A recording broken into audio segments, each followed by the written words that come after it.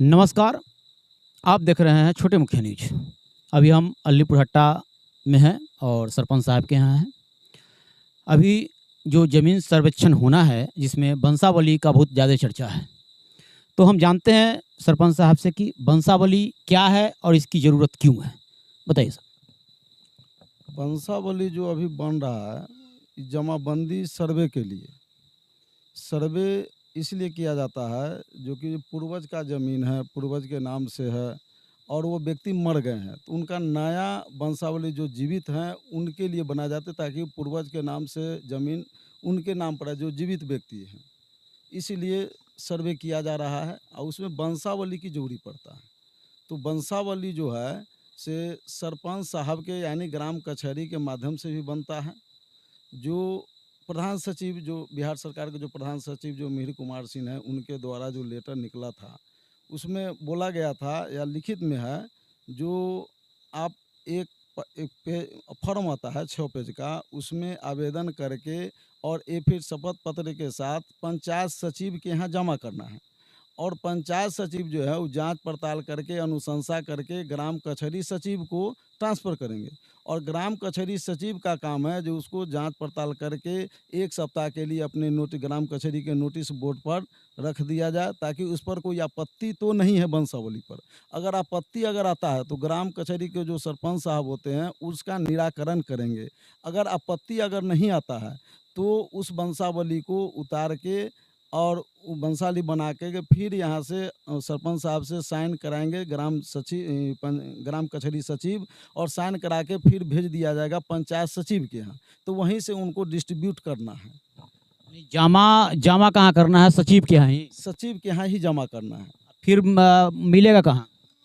मिलना है वहीं से, सचिव के यहाँ से, लेकिन जनता परेशान न हो इसलिए हम लोग ग्राम कचहरी से ही सुविधा कर दिए हैं, क्योंकि पंचायत सचिव ब्लॉक में रहते हैं, 2-2 पंचायत हैं, अब कहाँ तक खोजे हुए चलते हैं, इसलिए हम लोग सुविधा दिए हुए हैं कि ग्राम पंचायत मतलब सरपंच साहब के यहाँ भी आप जमा कर देंगे तो उनको जो है से असुविधा न हो, उनको यहाँ से भी मिल जा सकता है बना के, लेकिन उनके साथ ही बनेगा। सरपंच साहब एक चीज़ क्लियर कीजिए कि वंशावली कहाँ से शुरू करना है और कहाँ ख़त्म करना है? हाँ, वंशावली अगर किसी के दादा के नाम से है, ठीक है, उनका आना चाहिए उनके बेटा पर। अगर बेटा कोई जीवित नहीं है तो उनको पोता होगा।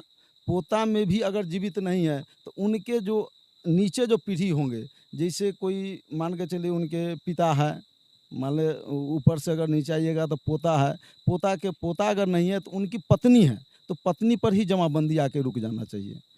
और अगर पत्नी उनकी जीवित नहीं है तब उनका बच्चा का नाम आएगा जो अभी प्रेजेंट में है, जो उनका लड़का और लड़की का नाम देना होगा। यानी कि जिसका पति अगर मर गया और उसका विधवा अगर पत्नी जिंदा है तो उसके नाम से वंशावली बनेगा? जी जी जी, वहीं तक आके वंशावली रुक जाएगा, जमाबंदी उन्हीं तक बनेगा जमाबंदी।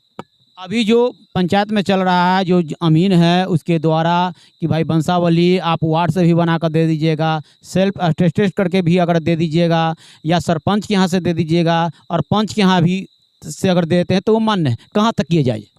ये बात हमको मालूम नहीं है, ऐसे सुने हैं लोग, जनता के कहते हैं ज़मीन ऐसे बोलते हैं, लेकिन इसका लिखित हम लोग के पास कहीं कुछ नहीं है, इसलिए इस विषय पर हम कुछ नहीं बता पाएंगे।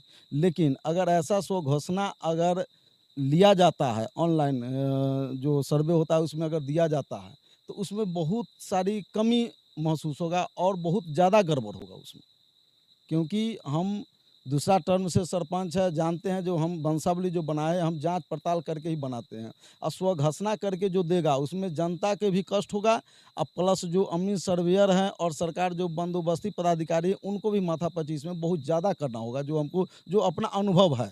क्योंकि लोग ज़मीन संबंधी के लिए लोग चाहता है कि जो वो भाई कोई अमेरिका में बसा है उसका नाम नहीं देगा स्व घोषणा में, उनको मालूम नहीं चलेगा जो मेरा नाम उसमें दिया कि नहीं, वो तो आ नहीं पाएंगे, कहीं बहुत सालों से वहाँ अमेरिका में बस गए हैं, कोई कहीं बस गए हैं, वो तो आ नहीं पाएंगे, तो इसीलिए वह दिक्कत होगा।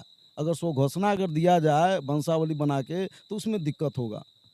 जैसा कि सरपंच साहब, हिंदू एक्ट 1956 में महिलाओं को जो लड़की जो शादीशुदा लड़की थी उसकी अधिकार नहीं था, लेकिन हिंदू एक्ट 2005 को संशोधन करते हुए 56 को संशोधन करते हुए 2005 बना। तो इसमें जो कि बात आ रही है कि फुआ का भी नाम देना है, बहन का भी नाम देना है, तो क्या है ये थोड़ा सा क्लियर?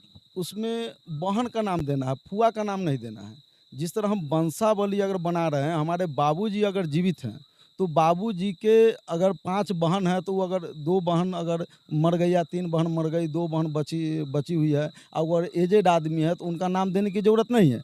हम अगर वंशावली देंगे तो 2005 के बाद अगर किसी की शादी हुई है या मान के जन्म हुआ है, तो उसका नाम हम वंशावली में नीचे से दर्शाते हैं उसको।